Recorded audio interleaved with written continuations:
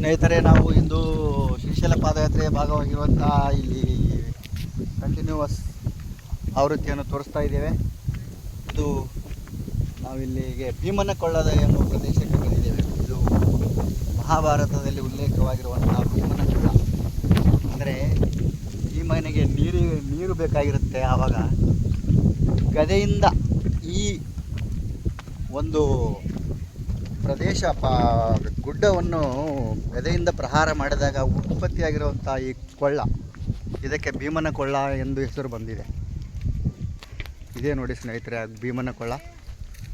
ಅದು ನಿಮಗಾಗಿ ನಿಮ್ಮ UK ಹಾರ್ಟ್ಸ್ ಯೂಟ್ಯೂಬ್ ಚಾನಲಲ್ಲಿ ವಿಶೇಷವಾಗಿ ನಿಮಗಾಗಿ ಮಾತ್ರ ಇದು ಭೀಮನ ಕೊಳ್ಳ ನೀವು ನೋಡ್ತಾ ಇದ್ದೀರಾ ನೋಡಿ.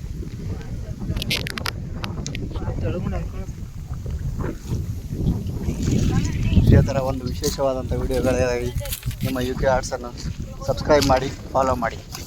ಮುಂದಿನ ವಿಡಿಯೋದೊಂದಿಗೆ ಸಿಗೋಣ. ನಮಸ್ಕಾರ.